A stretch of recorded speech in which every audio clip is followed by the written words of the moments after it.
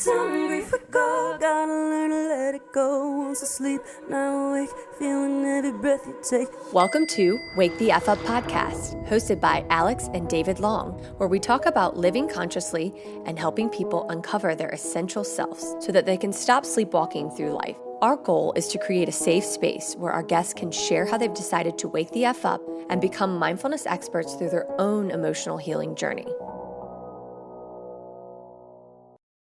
Welcome to Wake the F Up podcast. My name is Alix Long, and I'm here with my co-host and husband, David Long. Hello. We are so excited to be here today. I feel like I say that every time. It's true. We're always excited to be here. So welcome back. How crazy of a week it's been. Happy belated 4th of July to everyone out there. And hopefully everyone had a nice kind of restful and relaxing week with their families. And I don't know, it's nice sometimes to think about freedom and those who worked very hard to get us to the station that we're in. Our country's always in such chaos and it's very tumultuous, the political landscape, and I'm not going there at all. But I would just say that it's nice sometimes to just take a moment to think about how lucky we are to be so free, right? Actually, I think the political tumultuousness is relevant to our podcast a little bit. Yeah, probably so. Just like I thought about this sometimes, that there are certain things that the media and just generalized people gravitate towards because they're basically anxious or whatever. Right. Like horror movies or disaster thriller movies. People love a thriller movie. Why do we love a thriller movie? And it's probably the same reason we like chaos in our politics. It's the same reason they feed us that, is because it's really, you're feeding that really not very great part of us. That is very, I used to think that I was the only anxious person. That's funny. Or that I was the only worried person. In fact, I used to think all the time that, why can't everybody else see how crazy this is? Like, why am I the only one that sees how crazy it is? How nervous you were, you mean? Yeah. Yeah. But I mean, I didn't say worried. I said the world is crazy. But really, it was my anxiety about the world, which actually almost everybody shares. There's very few people that have let go of all that. Most people are basically anxious. Yeah, it's so interesting. So we've had kind of we had a really nice week in our family. I'm on bed rest, and modern bed rest is not like that lay in a bed. Okay, so it's just like no working out, no anything that you like to do. Essentially, if you're a busy person like I am. And so it's been a challenge. And today we wanted to talk a little bit about, anxiety, I think is a really important component.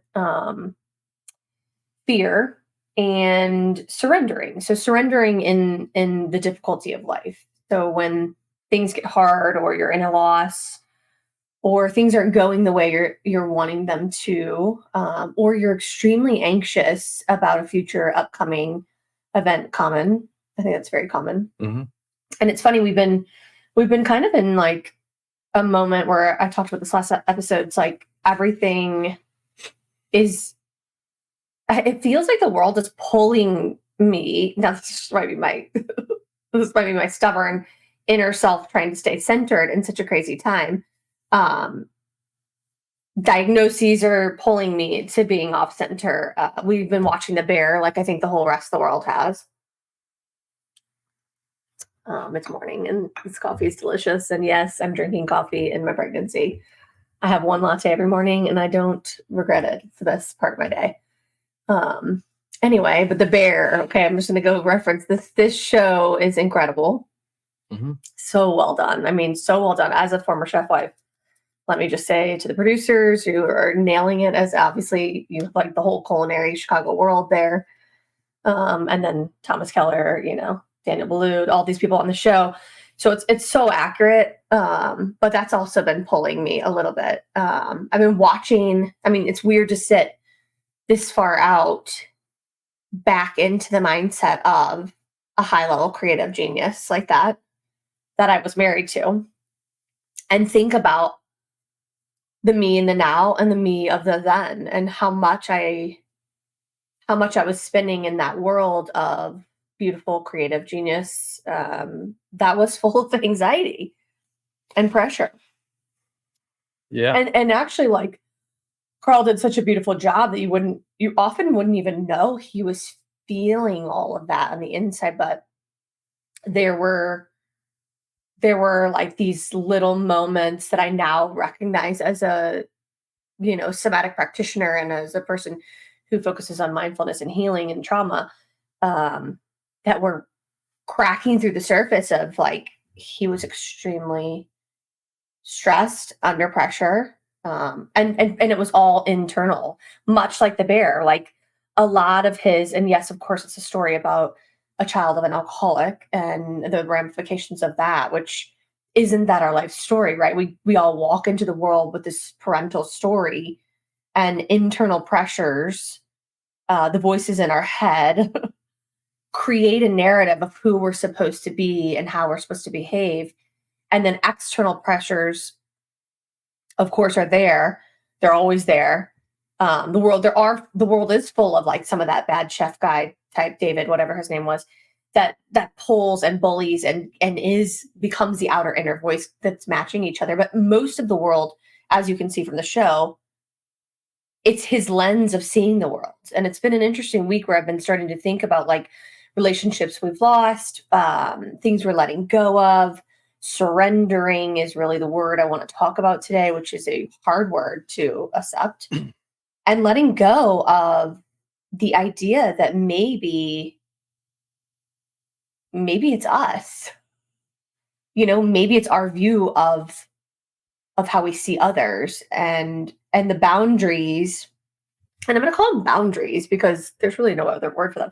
But it's interesting. Dion, the shaman that I work with, she works with the Wake Company. She's actually going to help with the retreat, and we do a couples tantric session and healing sessions with her all the time. She's amazing. But she talked about, like, positive boundaries, that they don't always have to be the word no, that it might be like a positive thing, like, every day I wake up and I breathe for 5 seconds before I get out of bed.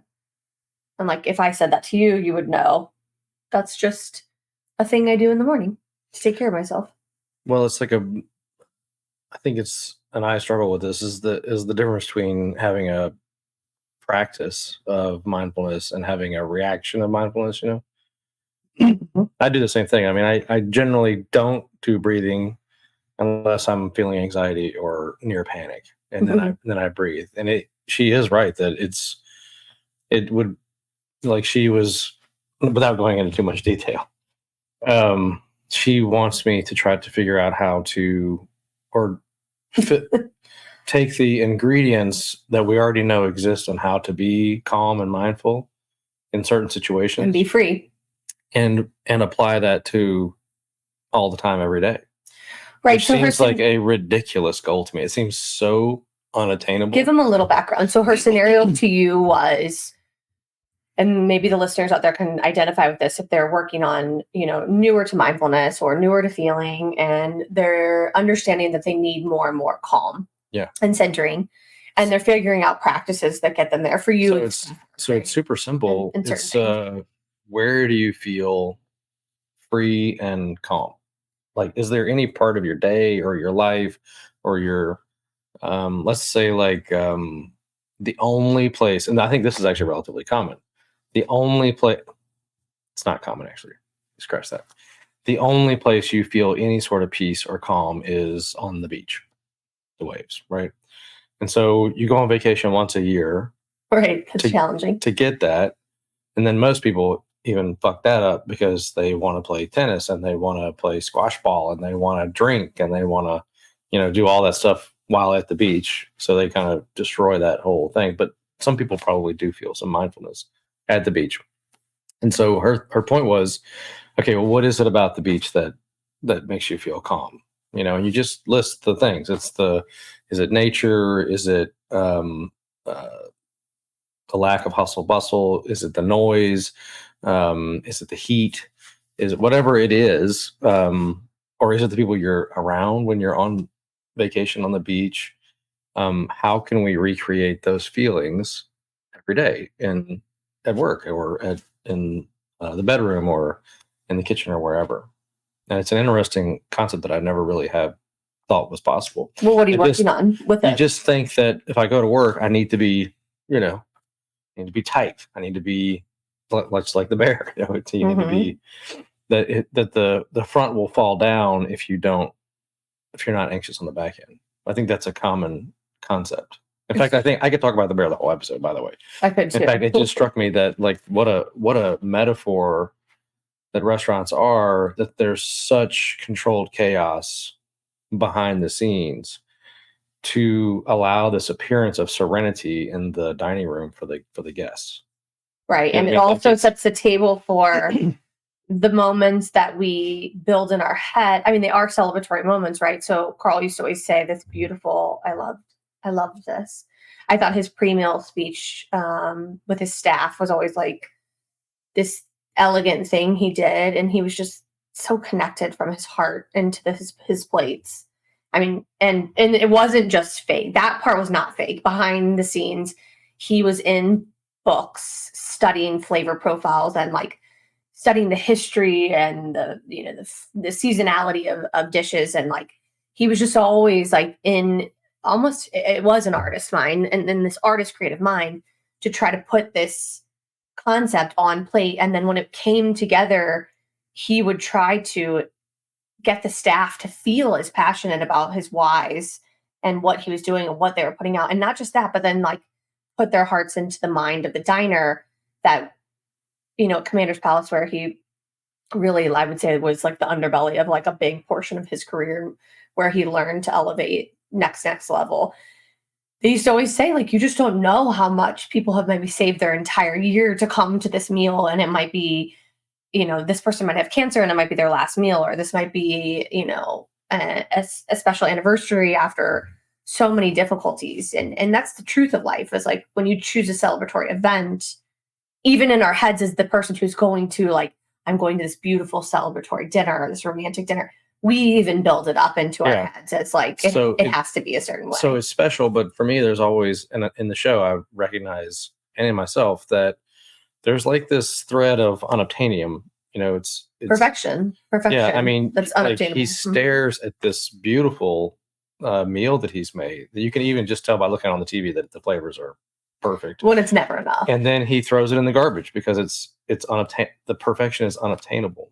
So there's always this striving for the unobtainable, which I find extreme. It's asymptotic if you like math, which I do.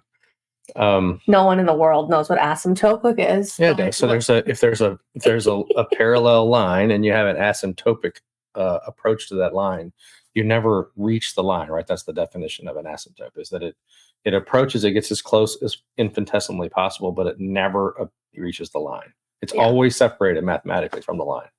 And that's the way I feel like and it doesn't matter how close he is, it's never quite enough. And so he always feels like he's putting out almost their food, which I'm literally going to repost on Wake when the day this podcast launches. Eckhart Tolle had this, it was somebody captured him in a live speech. I made you watch it last night. It's exactly this. So it's like if your daily mindfulness practice is in your body, and this is what David is essentially saying, and we're talking about today essentially a version of when fear and control and futuristic thinking of where the station we need to get to takes over your psyche and your ability to stay present in the now. And it's challenging because Eckhart Tolle in this talk is exactly, perfectly talking about this in a much more elegant way than we are potentially. But he was saying, like, if every moment you're in your body striving for, let's say, like the bear, the perfect dish, or you're at work and the perfect thing, or in your family, the perfect outlook, or in my pregnancy, everything to be fine and to get to like just have a healthy delivery. The reality is that there's a part of you that is constantly out of mindfulness, out of the moment that you're in. and you're not present with the self. And therefore, you're constantly striving to do the asymptote line that you just talked about, to hit something that will never be in the future, because the future will never go the way we vision it in our head. That's just our assumption is it will go that way. Yeah, and it is all in our heads. Like, I mean, I think about what I do and compared to what he does, none of the patrons are out there thinking, I mean, I've never thought that at a restaurant. If I go to a restaurant and I get the feeling that the service is as best they can do and the meal is as best that they can do and that there's heart in it, that's enough. I can have a amazing shrimp po' boy sandwich from a hole in the wall, and if that's what they do really well and that's what they like doing, that's enough. Or like when patients come to me to fix their legs, they don't want it perfect. They don't need it perfect. They just want to keep their leg. You know what I mean? So there's that idea of perfection is 100% in our brain. No one expects it. No one expects it. And I've been to some very fine restaurants and never have been like, the fork is a little bit off. That's just not something that enters the patron's mind.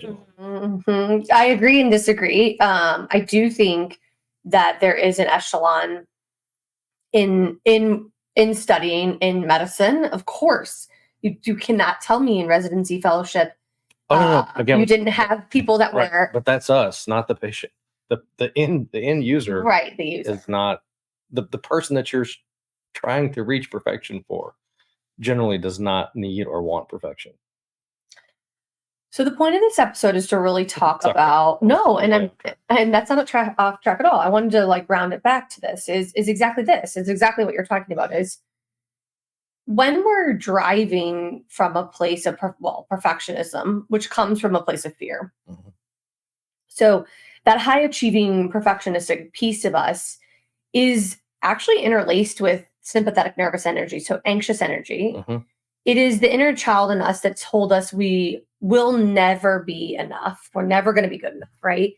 And so therefore, that little voice inside of our head is driving us to do more and more and more and more to receive external validity or validation that yes, indeed, you are good enough. Yep. And we just keep pushing for that because there's a lack of self-love and trust in the self that we're good enough. And I was editing. I'm constantly editing. Like, they're not blogs. I hate the word blog. Like, hilariously enough, I'm like, blog it. Like, feels like 1985.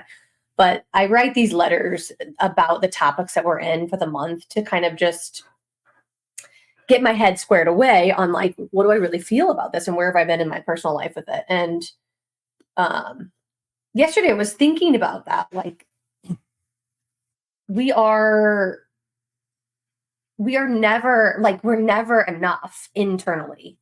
We don't love ourselves internally because somewhere deep in childhood, like what if all lack of self-love and all these problems we're talking about, so anxiety, perfectionism, it's like one facet. And I find in the somatic work that I'm doing, I was taking notes last night because I'm trying to round out like what are really like, I like tools. Like I love when our therapists, we have a lot of good therapists that we've worked with. And when they give us tools, like Jan, I feel like is like a tool badass. Like she was always giving me tools. And that for me gives me some sort of like autonomy in the moment that I'm not with a therapist, which is like a lot, obviously, to help regulate myself, right? I like to feel like I can take care of myself and get myself back to regulation. And what are the tools that we can use to stay centered? Well, it dawned on me last night that in somatic work, there's often this talk about our body habitus, right? And it's a little different in this show, but I mean, you can even see it in this show. I'm pregnant, so I'm a little like, just trying to find like the right place to sit, not be uncomfortable. But you either are a person in your daily life, and if you're like sitting in a chair at work and doing office work, or even if you're like having conversations with your staff, notice your posture. So in the somatic world, they talk about like, and I'm definitely a front leaner. Okay. So you're either a front leaner, like, right, your torso is tipped forward, chest is like kind of ready. You're ready to go. Right. I'd like to believe you're also potentially a front leaner. Front leaning people, so people who put their body forward and their hips behind them, are people that innately in their body and I'd like to say in their inner child were taught that they have to be on the ready, have to be ready to go. They have to be ahead of the person that they're talking with. They are anxious. They are perfectionistic. They want to hurry up and respond. And we got a lot of feedback that I cut you off all the time. I know. I'm a front body leaner because in my childhood, I was taught to be reading the room, ready to go. I'm always anticipating well ahead of where I should be. And it's a problem of mine. So I appreciate the listeners. I'm working on it. I'm working on it. And in fact, David taking the show by himself, one of my favorite episodes, right? Like he has way more valuable things to say than I do. It's just it's a preventative measure of mine where I jump ahead of myself so that I'm always able to control other people's upset. That's way back here, right? I don't think about that all the time, but that's in my habitus and it's something I'm working out of. So like if I'm sitting back and I learn to lean into the back body, I'm more comfortable, right? Like for me, I'm more comfortable. Okay. That's one type of person. And I'm able to like receive and I'm able to listen. And when I'm listening and quiet, that's me in my center. That's me in my peace. That's me not needing to attack and prevent, right? Mm-hmm. Second type of person would be the lean back person. Okay. This is a person maybe sitting back. You might find them a little bit more crossed-armed. Generally, sometimes I don't know why, because you have a lot of shoulder stuff, but I think that's different. They feel a lot of lower back pain. They feel like almost a closing off, almost a protective measure. Like they sit back. They don't want to be seen. They are closed off, shut off from everything. And they're doing this because they were taught as children, don't let your presence be known. Don't be heard. Maybe don't even be seen, right? Like you shouldn't take up space. You don't have right to take up space. And it's super interesting when we start to think about that type of energy, right? So that type of person is always quiet, not standing up for themselves, scared to set a boundary, most likely in a freeze state a lot, like right, shut down. They were never allowed to be present. And therefore, other people are running them over a lot, right? They are unable to show their presence in the world. Why am I talking about this? Okay, it's kind of weird, but somatic work is so powerful because, like, when I get to that, it's like I get out of the head part of it, and you get into the fact that like emotions and reactions to our environment, like animals, because we are indicative of what of how we feel on the inside and how our environment is. And growing up, we make patterns and learn to be safe, right? That's literally how we survive as humans. The nervous system healing and all this stuff that we're doing is really talking about this. So, we're no longer being chased by tigers. I say this all the time, but like proverbially, we do have tigers chasing us all the time in our heads. And our parents potentially could have been tigers eating up our self-worth, right? Therefore, our body habitus is something to consider, and looking at people and how they're holding themselves and posturally, and even things like tapping, like a lot of anxious energy will tell you that the person isn't in their center. They're feeling a little on edge, right? Versus like arms crossed, leaning back. I've shut down. I'm done with you, right? And we talk about this. If you take a basic communications class, non-verbal language, body language is really cool. So I'm wondering if what if these patterns were set in childhood? What if the lack of trust in the self began at a super very early age when our parents, with all due respect, did the best they could? They just carried their generational trauma into the room, and they needed you to be a certain way because they were scared to death because they were taught that very same thing. And from that moment, we built this patterning of not trusting ourselves because they didn't give us space to trust ourselves. And I am guilty of this myself. I can even feel this in my own parenting, that like my want to prevent one of my children, especially more than the other, from falling down keeps me kind of like, I do it again. I front lean. I try to capture the problem before it happens. I'm proactive instead of reactive. And I can't surrender. So I'm wondering, when we're talking about all this patterning that's subconscious and laid down and within us, that I talked about this last week, but if trusting the self, believing that we have everything inside of ourselves, inner wisdom, as the yogis would say, is there, that we actually are all knowing.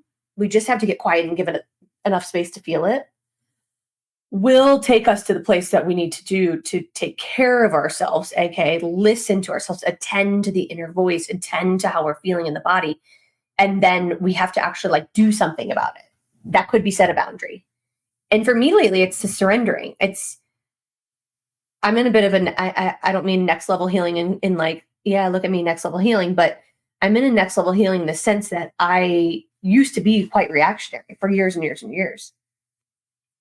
And right now, what I'm trying to do is not be reactionary anymore. And it's actually to be constantly finding, even posturally, my center in storms around me where I am just surrendering that I know better because I've done this through a million traumas at this point. It's never going to be what I think in my head. And me proactively getting ready to save the world so that nobody's getting hurt around me, because that's how I feel valuable and lovable deep inside of myself. It's not real. That was a story that was handed to me. And actually, it makes me a less present mother, more anxious. The outcomes never turn out the way I think they're going to. And then I miss the moments I'm in, which is watching the bear has made me realize, like, it flooded me with just deep emotionality about how I was anxiously, proactively trying to constantly make things better for Carl, and how I missed our entire marriage fully. I was never in the now because I was always anxious about the future and trying to like create perfect moments when he was able to be home, and none of it ever worked out the way I wanted to in my head. And then I was always disappointed or lonely. Yeah. Anyway, that was kind of a lot. I don't know if that made sense at all. Did that make sense? Yeah, it's interesting. I think Betsy and I felt the same stresses, but we reacted completely differently. Yeah. We were more frozen. Was she a forward leaner or backward leaner? Definitely backward leaner. Yeah. She was very avoidant. Mm-hmm. But I think we felt the same anxiety, and we just kind of froze up and did nothing. Whereas you were trying to proactively kind of manipulate and create. We were like, nope. I'd like to say, and I'm talking about depression more, and I'm so grateful for my mother and her journey and the ability that she is so brave and lets me talk about this. And yeah, I think children of depression or depressed parents, excuse me. So if you grew up in an environment where one of your caregivers was depressed, it's something that we need to talk about more, because it's exactly like that. Like you are a preventer. You want to make sure that you don't take your parent back, and you want them to not go back into a depressed state when they come up. Yeah. And there is like sort of well, you don't realize as a kid that it's completely out of your control. It has nothing to do with you at all. Right. And depression is like, everyone will be like, oh, is that bipolar? I'm like, no, it's not bipolar. The body will never let you stay super down all the time, right? So like if you have chronic depression, you might be, less seeing the world with rose-colored glasses than the average bear, but then you have deep peaks and then deep valleys. And when you go low, as a child of that, you're always like, oh man, you sometimes can, because Sure. children feel responsible, like they've done something wrong. Yeah. That you feel like you're responsible for, if you can make that person laugh, which I used to love to make my mom laugh. I would do anything to make my mom laugh. Yeah. Like I would sing Mariah Carey poorly. Yeah, I think it's natural to look for connections as a kid, and you connect things that aren't necessarily there. You do. I think that's very common. I did the same thing with my stomach aches. Yeah. You told that story, right? I don't know. That's actually a really funny story. And but also like very indicative of like how the stories in our head can build as children it feels so true, but it's not true. Yeah. Tell the story. I believed it for a while. I mean, I'm lactose intolerant, and my parents knew when I was born, or they were told that I might be lactose intolerant, after a few months maybe. And then I think the doctor told them that I might grow out of it. Not sure how that works, but for information, because yeah. Note to self, if you're lactose intolerant out there, you don't grow out of it. You're missing an enzyme. It actually gets worse with it gets worse with age, right? So anyway, when they reintroduced milk to me, I was old enough to not say anything about it. So, when you're really young, you have stomachache, you have diarrhea. Everybody knows about it. Mm-hmm. But when I got old enough, I would just have stomach aches. I'd go to the bathroom. That was okay. And they're pretty intense stomach cramps. I mean, it was extremely painful. Happened every day because every day I had cereal, with milk in it. Right, every other American kid. Also, about the time that I was paying attention, I was preteen, teen, and was thinking about sex a lot. Seemed like continually.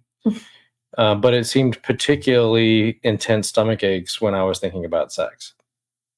So I often would be in the bathroom thinking if I just would stop thinking about sex, the stomach cramp would go away. And I associated those two thoughts because I was obviously always thinking about sex. And it seemed 3 or 4 times a day I would be having these stomach aches, and they seemed to be related. and then you'd get like the weird positive feedback of the day you didn't have milk was a day you were really busy or something, and you didn't think about sex as much. And you're like, hey, if I don't think about sex or women, then I won't have this terrible stomach cramps. Only to find out that, in fact, I am lactose intolerant. It had nothing to do with that. Yeah. But we can see how the stories in our head can build as children. Yeah. And anyway, I think it's all related. So a lot of these patternings start when we're really young. And so by the time we're where we are and we're trying to find coping strategies through life, work, kids, whatever's happening to you in your daily hustle, we're hitting external measures that this world tells us we need to hit. And we're all doing that, right? And those coping strategies really start to fail us the older we get. Mm-hmm. Something will happen inevitably in our life, and it's a shattering of sorts. So for us, it was obviously, for me, it was cancer. For you, it was losing Betsy, and maybe even before that, truthfully, things were failing, and we no longer had the ability to, I don't know, just use those poor coping strategies to hide the truth. Death, as we've talked about last week, is a shattering, and you don't have the energy, nor can you don't have the capacity anymore to hide. You're completely shattered wide open. That's weird. People don't say that a lot. Like, shattered wide open is the truth, because the deepest inner you, the you were before all these stories came into your head, the front-leaning version of you or the back-leaning version of you no longer can live your life in protection mode or prevention mode. You have to go inside, and the only person, as we said last week, that can pull you out of deep, deep, deep, deep loss is you. And it's so interesting to think, like, what if self-love, and self-love is a challenging term, loving yourself. Most of us will think that's like, oh, self-care, self-love, go get a manicure. Well, it can be that, right? Taking some time for yourself to do something that feels good. In essence, there's some truth to that. Like, getting a manicure probably does feel good, right? Getting a massage probably does in your body feel good. And that is what we're saying in self-love is, can you connect to your body and to the energy internally that feels like you feel, as you said, when you go to the ocean, when you go to the beach. And that's what his therapist is asking him to do, which is like, can you bring the beach into your daily life when things are challenging? And that's sort of where I am. Like, can I sit in the center of vasa previa, the fact that if I contract, I literally could kill our baby, a possible hospitalization with 5 children, the fact that we're 41 and having a child that most people are rolling their eyes and scoffing at us, that because it's not, this isn't PC, right? Like, you're not supposed to fall in love again, and sure as hell you're not supposed to have a baby again. And I'm pretty sure there's probably some men and women out there that say, oh, now she's really trapped him. I've heard that statement. Actually, I've heard it me leaving the room, and people say that about me. Now she's really trapped him. Let me let you know, listeners, I feel bad for you if you're in the scenario where people are talking about you when you leave the room. It's the worst. But I don't even know what that means. Like, how someone traps someone in a marriage. Anyway, don't get me started on this. So I get frustrated because I'm like, no, it's an active choice to be here. We have 5 grieving children. We are working extremely hard. And it took me 2 years to decide to say yes to this child in an honest and fully mindful way. There's definitely a lot of times where I wanted to say yes in a let's just do it. But those of you who know me who are close to me, know that I had a lot of fear, I had a lot of anxiety, and I had to surrender to the idea that, right, I couldn't be a front leaner in this situation. Me getting pregnant shows the world how much I don't care what others are saying about me. I mean, I do care, but like, I don't care to the point that I don't allow them to make our decisions anymore. And we've upset a lot of people that I actually really care about. Well, but I'm surrendering. Yeah. The truth is, the voices in our head are way worse than anything out there than the real world. It's true.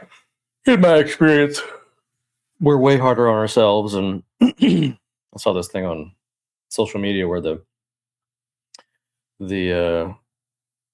this anxious person is like, I know I have learned to know exactly what people are thinking about me. Have you seen that? Mm-mm. She's like, but basically like saying that she's clairvoyant. And the way that she's clairvoyant is she can hear what they're thinking without them saying anything in her head. And then with no evidence at all, convince herself that is in fact what they're thinking. And then therefore she knows what they're thinking. When the truth is they're not as bad as what's in her head. She's just putting in her head in other people's heads. It's an interesting thing. I do the same thing, but it's way worse than reality. It's such a survival skill to anticipate what people are thinking about you so that you can prevent them thinking about you. I was just thinking when you're talking about coping strategies, I didn't know this. I when I started learning about this, I thought, well, wouldn't it be nice if we had self-love, as a kid or as a preteen or as a teen? We do have self-love as a kid. But the truth is that like self-love when you're young and a kid may not be the best coping strategy. Like actually the way that you survived may have been the best way to survive. And totally. That even though your coping strategies no longer serve you today, it doesn't mean that they didn't really serve you before. For example, like working in the trauma room in charity, I was very shut down. Just didn't let any of that stuff in. But the truth is I survived, and I survived by not letting any of it in. And I had to get through it. There was no way to let it in. If I had let all that in, all that trauma that we saw literally 30 times a day, there's no way you could make it even a day. And actually, interestingly, there are some med students, like 1 in every 200 to 300 med students can't even make it one day, and they drop out. They go to the trauma room one time and are like, because they let it all in. And the only people that really survive are the people that don't let it in. So my therapist is like, look, don't beat yourself up. You did what you had to do, but now not letting things in is no longer serving you. In fact, it's keeping you at a distance from your wife and your kids and your colleagues. True. So now we can start working on some new, better coping strategies. So the truth is, like, even though you might come to adulthood all fucked up, you made it to adulthood. That's right. You survived. And actually, the survival skills are very, very, very powerful. Mm-hmm. They are there to help you, as he said, and dissociation, and which is what he's talking about, which means getting out of your body, literally getting out of the moment you're in. That is a trauma response, and it is powerful, and we need to do that because the body can only take so much. There's a time and a place for it. There really is. It's a very powerful coping strategy. And what if emotions in general were not labeled as good or bad, just effective, for keeping us safe, right? So safety versus danger. In that state, your body was in danger. There was actual danger in the room, and not just that, you were actually the person that had to repair the danger. Right. Now, I think it would be nice, because I was unaware at the time, it would be nice to assess that. Well, that I do regret that. Like, it would have been nice to know what I was doing instead of just feeling not great. You know what I mean? Well, and then there's a repercussion to that, right? So if we're dissociating for long periods of time, the body starts to get ill. Right. You don't sleep, you can get lots of immune issues, and you find people will have all kinds of ailments. And it can be your go-to coping strategies when it's completely inappropriate. It's effective. Like it was for me. I mean, instead of like asking Betsy how she felt and everything, I just stayed disassociated. You know, That's right. that was a mistake. Well, it's challenging. So with the clients that I work with, when they pattern to dissociate themselves so that they don't feel, you have to be really careful when you're working with them because you can re-traumatize quickly.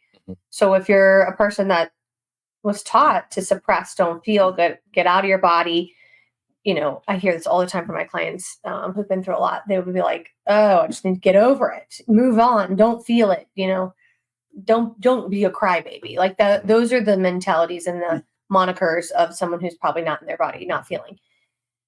It's really overwhelming when they do start to feel because they can only tolerate about, and truthfully, about 10 seconds max, maybe 30 seconds max in the beginning of sitting inside themselves. So if you're a person who has tried yoga and or meditation and want to run the F away, that was definitely me in the beginning. Like I just could not settle into stillness.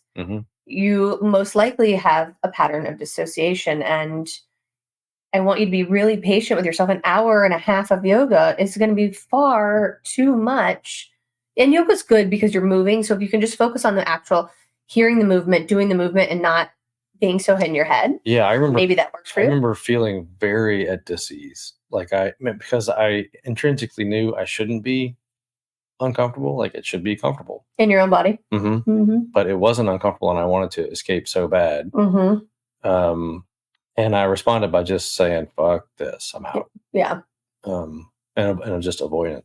I highly encourage those of you who cannot resonate with yoga or meditation because you cannot sit still, because your brain is going on fire, or it is really uncomfortable to sit with the self, to start with some somatic work. It's simply like be in the moment where you are and walk through your 5 senses. So I'm in this chair.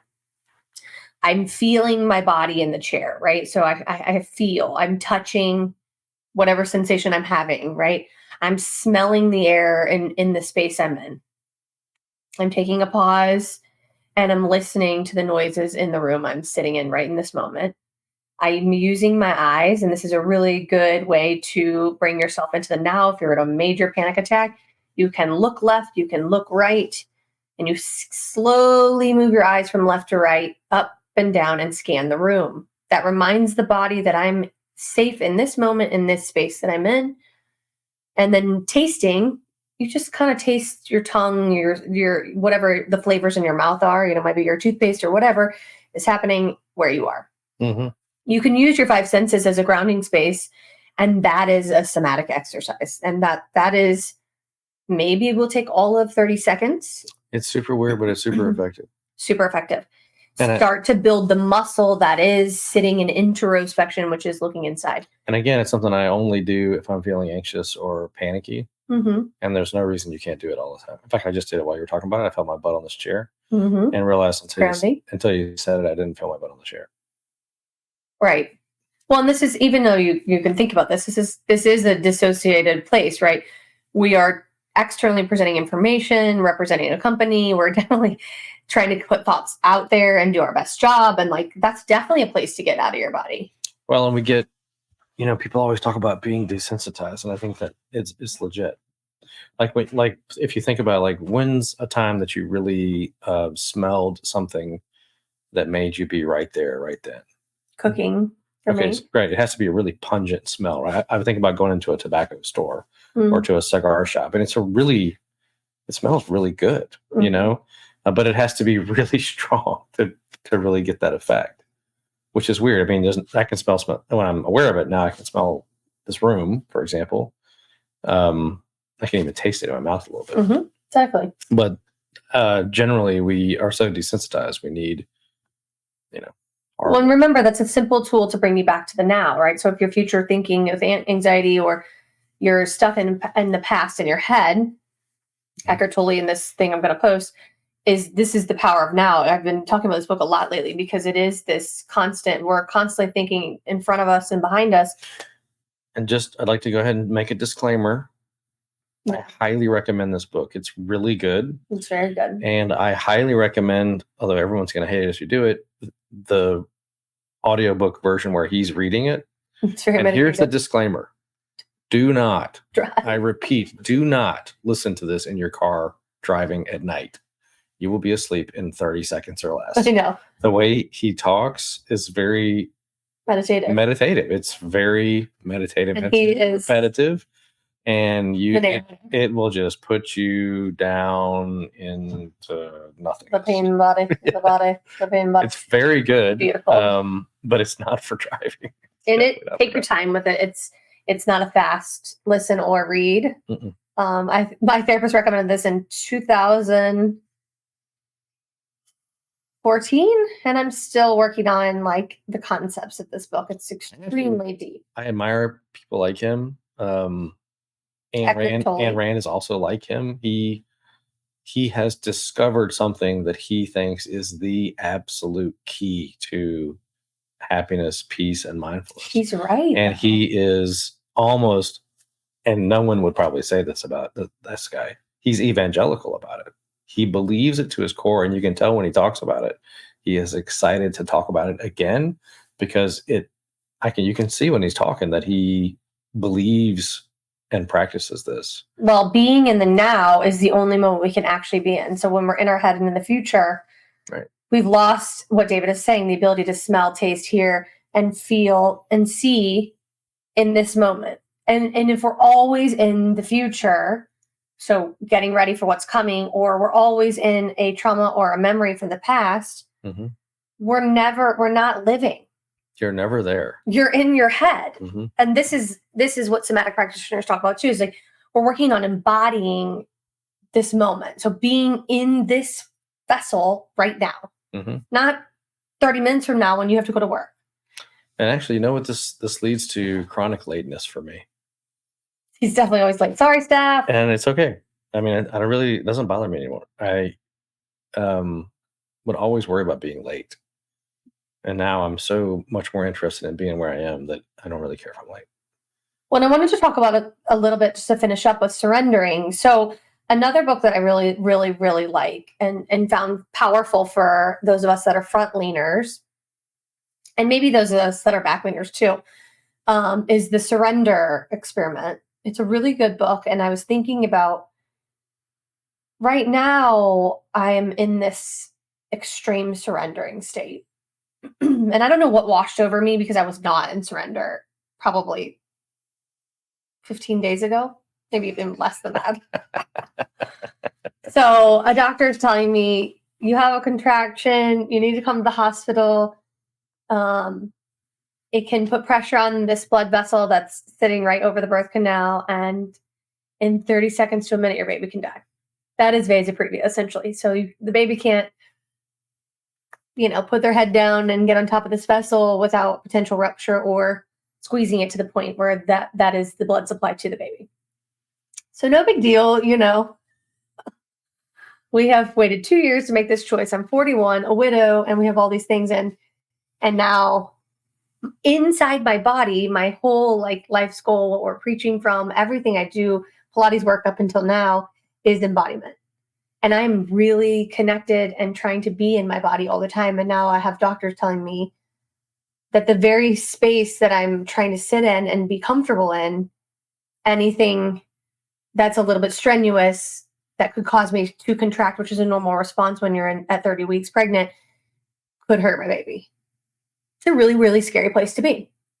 Right? So then staying and sitting in your body and feeling everything you feel when you're pregnant, which is constant, like around ligament pain here, contraction here, like a Braxton Hicks, all that is normal. But then to have anxiety attached to that can be really feel a little prisony. And I've been feeling so much anxiety about getting ready, future thinking about how I'm going to get all the 5 kids ready for school. Imagine what it feels like outside of your body.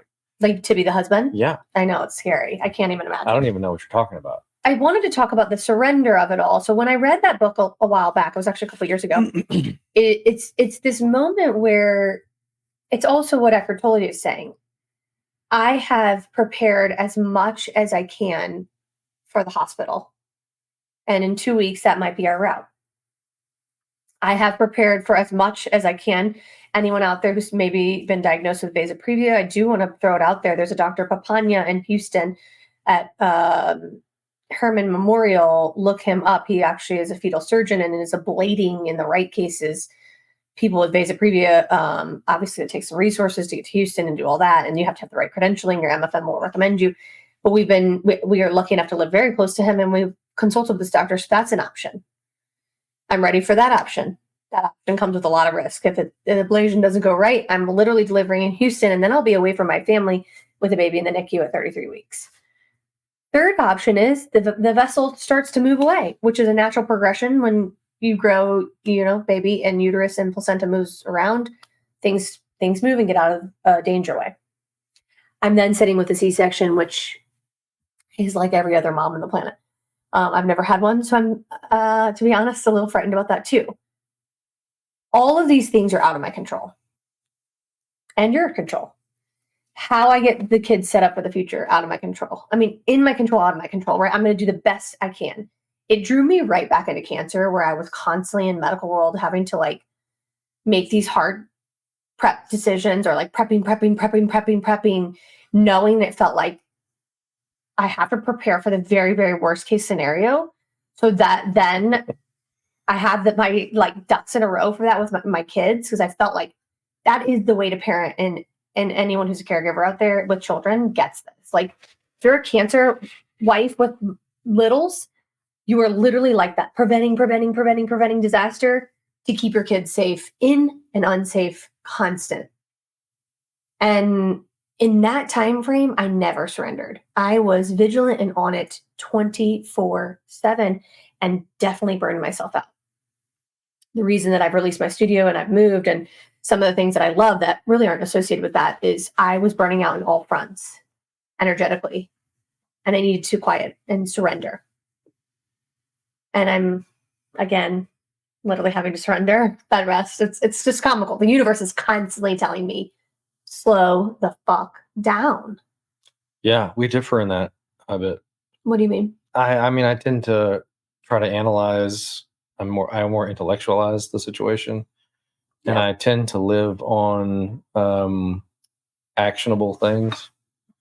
And if it's not actionable, I tend to dismiss it pretty quickly, or try to dismiss it pretty quickly. If it is actionable, then let's do something about it. But if it's not, but that's a very, I don't know if I learned that in radiology or not, but or maybe that's why radiology spoke to me. Because you learn to look for actionable problems, and everything else just goes away. Or at least that's the way I do it. I mean, I know there are some doctors that focus on the non-actionable things.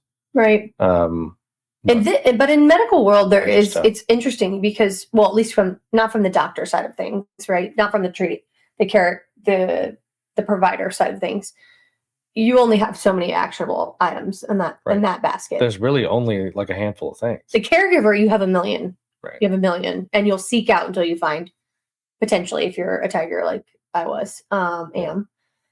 But I was thinking about surrender projects. This is why I got so mad when the MFM first told you about the what ifs. I was like, okay, that's fine to think about, but when we get to the point where the what if, that fork in the road, then we can deal with it in that fork in the road. Interestingly, we were so far ahead of the fork in the road that we spent 6 weeks worrying about something that we didn't even know was going to happen or not.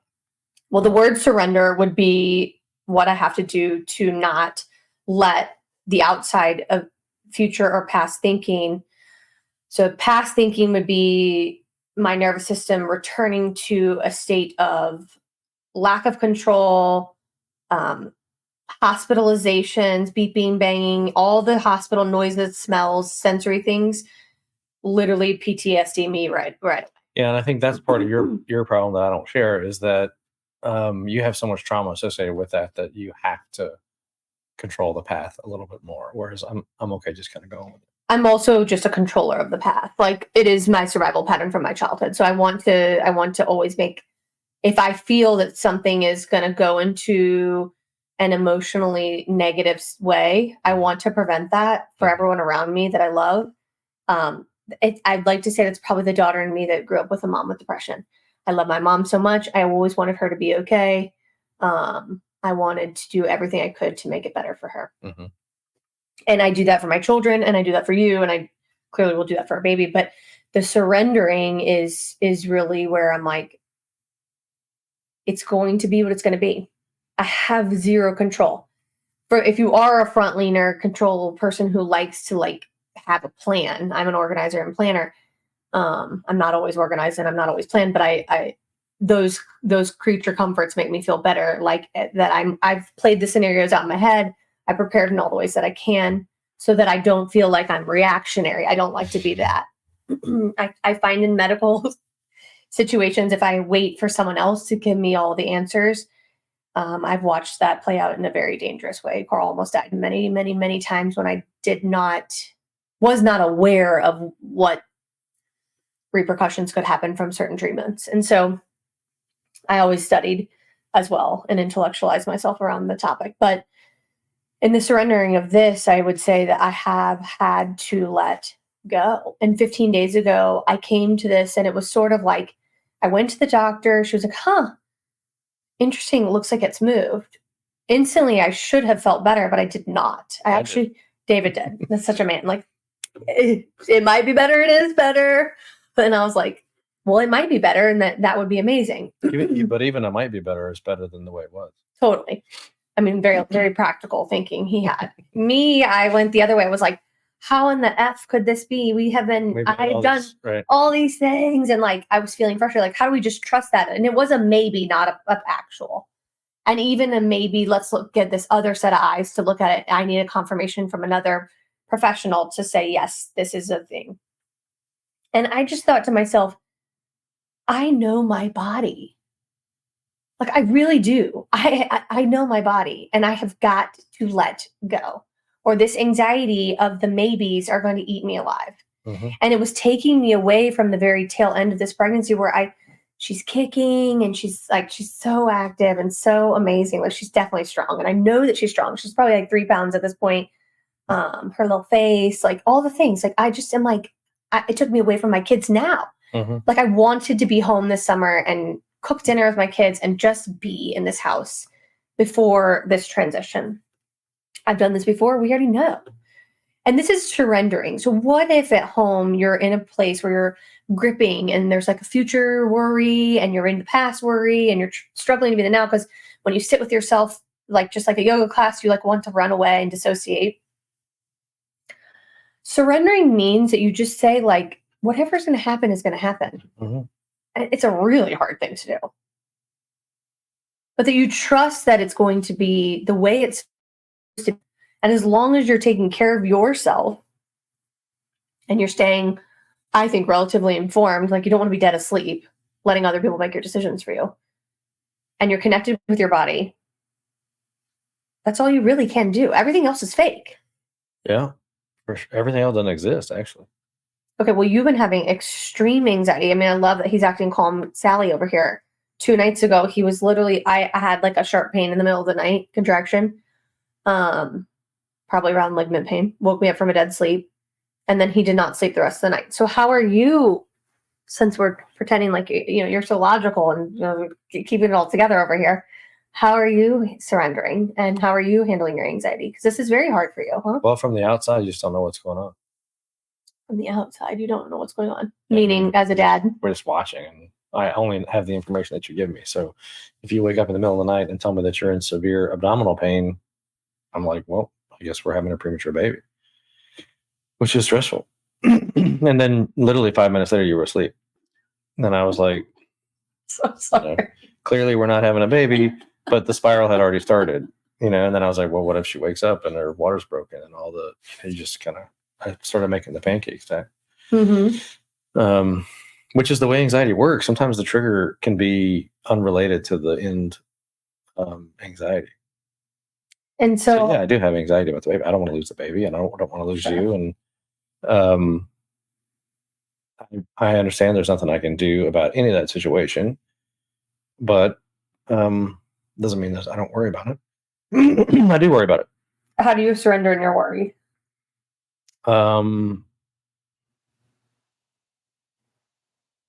Well, I mean, I think for that situation, when I woke up the next morning and you were fine, I was like, well, she's fine. Baby's fine. And then that's it. It's over.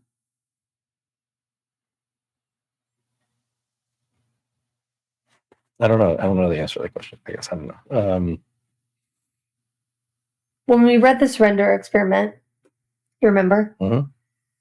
Where were the places in your life? Okay, so maybe the baby's a bad example because it's a little hard to surrender. It really is. I am not doing a perfect job at it either, but I'm really trying. Yeah, I found a better space with it 2 weeks ago, and I was like, I'm damn determined to like just be and not let the potentials push me around. But in the rest of your life, is there a surrendering space currently that you're working on, just completely letting go? yeah. Tell me.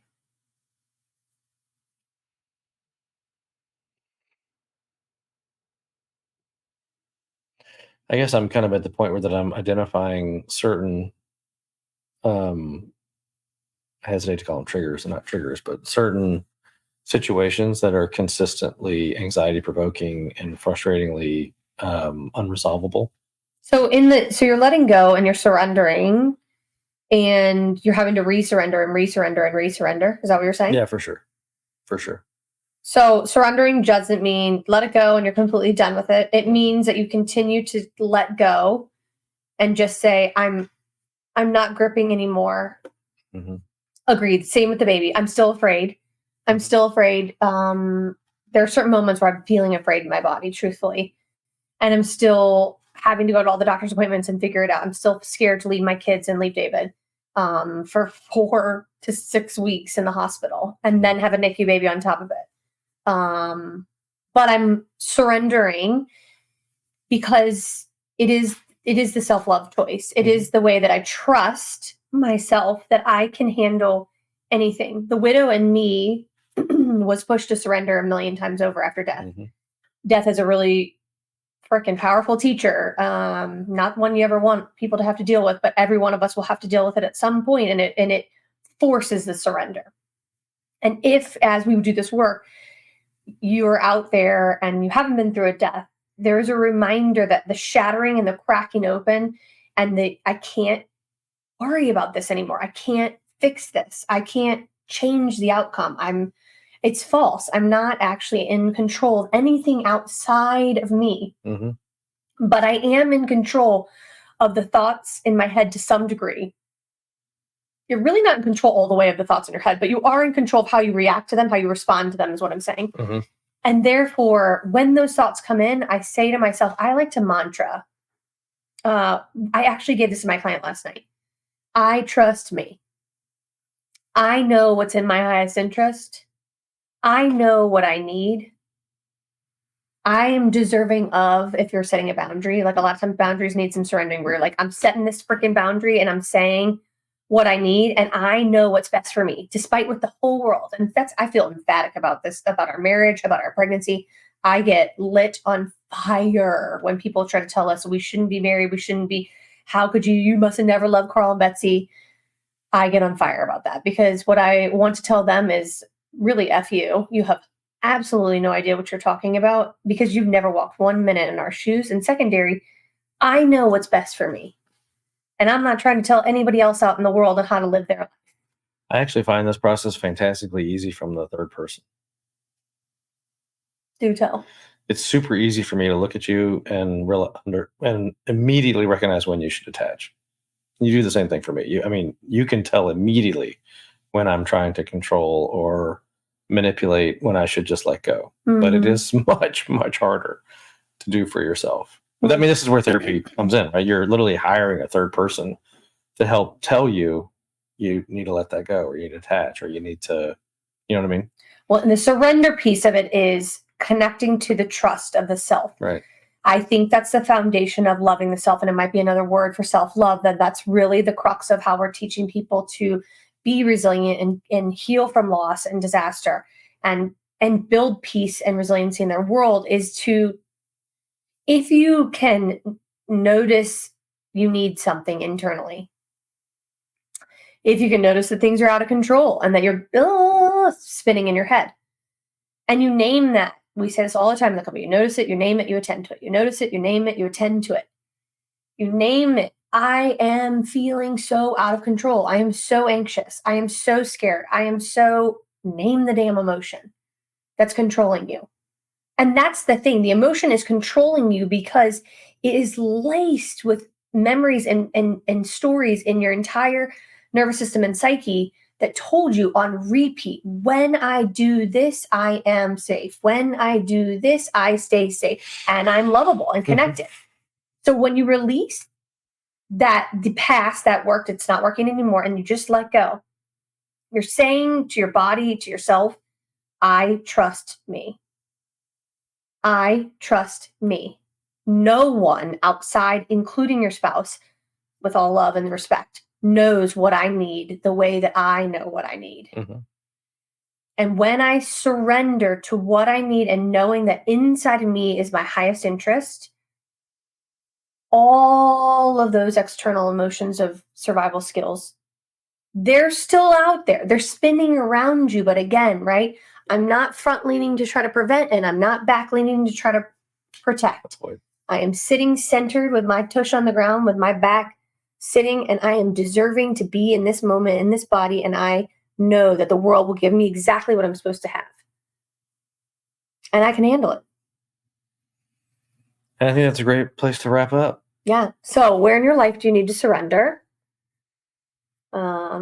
Think about it. And I highly recommend the surrender experiment if you're thinking about, if you're a person that's front leaning, controlling, and if you're a person that's back leaning and protecting, you may also need to surrender in some capacity, that it's okay and you deserve to have choice and a voice and take up space, and it can be a little different energy.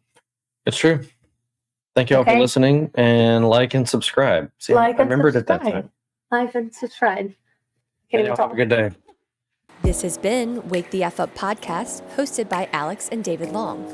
Be sure to check out other episodes where our community of experts share tools and ideas to help you wake to the life inside of you. If you enjoyed this episode of Wake the F Up, please like and subscribe wherever you get your podcasts. Join the Wake community by downloading our app. Just search for The Wake Wellness in the Apple or Android App Store. And follow us on Instagram at The Wake Wellness. Thanks for listening.